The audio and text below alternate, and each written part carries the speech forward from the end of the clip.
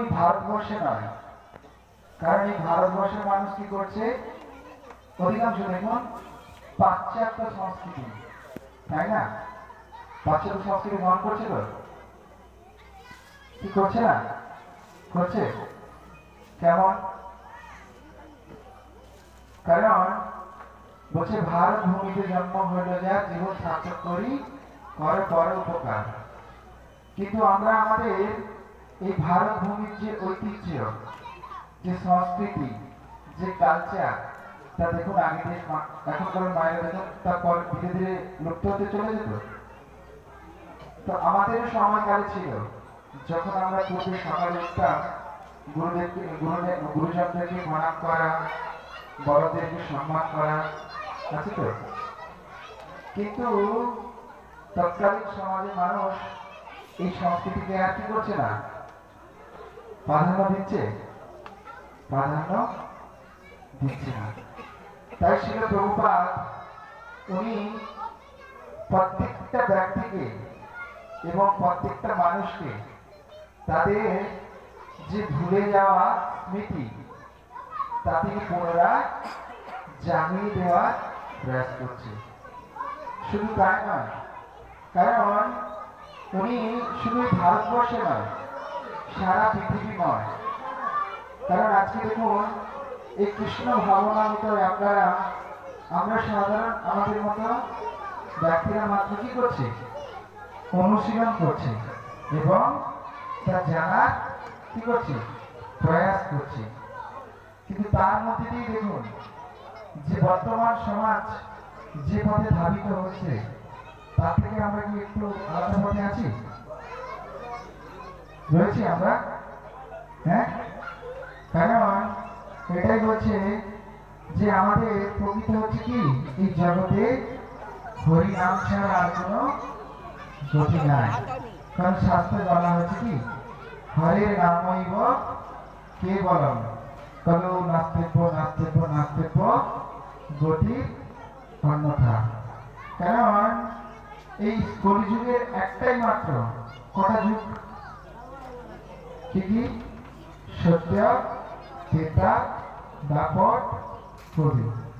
এই পূর্ববর্তী 3 যুগে ভগবানকে লাভ করার আলাদা আলাদা পন্থা ছিল, কিন্তু এই কলিযুগে সেটা খুব সুলভ করে দিয়ে গেছে চৈতন্য মহাপ্রভু। কারণ আমরা যদি শুধু এই একমাত্র নামকে আশ্রয় করে আমাদের জীবনকে অতিবাহিত করি, তাহলে আমরা এই জীবনে ভগবানের কাছে ফিরে যেতে পারবো। তো প্রভু বলেছে বেশিক্ষণ বলা যাবে না, তো কালকে আমরা আসবো মাতৃদের বাড়িতে। তো সেখানে আমরা আপনাদেরকে আমন্ত্রণ জানাচ্ছি কিছু বলার জন্য, আসার জন্য। আমরা সেখানে কথা হবে। কারণ এই পঞ্চবর্ষের গ্রাম খুব সুন্দর ঐতিহ্যময়। আমাদের ভক্তরা, সিদ্ধার্থ প্রভু, এই মাতাজিরা, কারণ এখানে ছেলেরা সবাই কত সুন্দর কি করে, গীতা শ্লোক বলে। কারণ দেখুন ভগবান বলছে অনন্ত কালের মা দেব স্মরণ মুক্ত করে বরং, যে অন্তিমে আমাকে স্মরণ করবে সে আমাকে প্রাপ্ত হবে। কিন্তু অভ্যাস যদি না থাকে স্মরণ করতে পারবে? কখনোই তা সম্ভব নয়। তাই আমাদেরকে প্রভুদের খুব সুন্দর তত্ত্বাবধানে, যদিও আমাদের সোসাইটির আচার্য যে রাস অনেক ভগবানের উচ্চ তত্ত্ব, এই নিয়ে কারণ অন্তরঙ্গ ভক্ত ছাড়া এই কথা সবার সঙ্গে খোলা মাঠে আলোচনা করার বিষয়বস্তু নয়।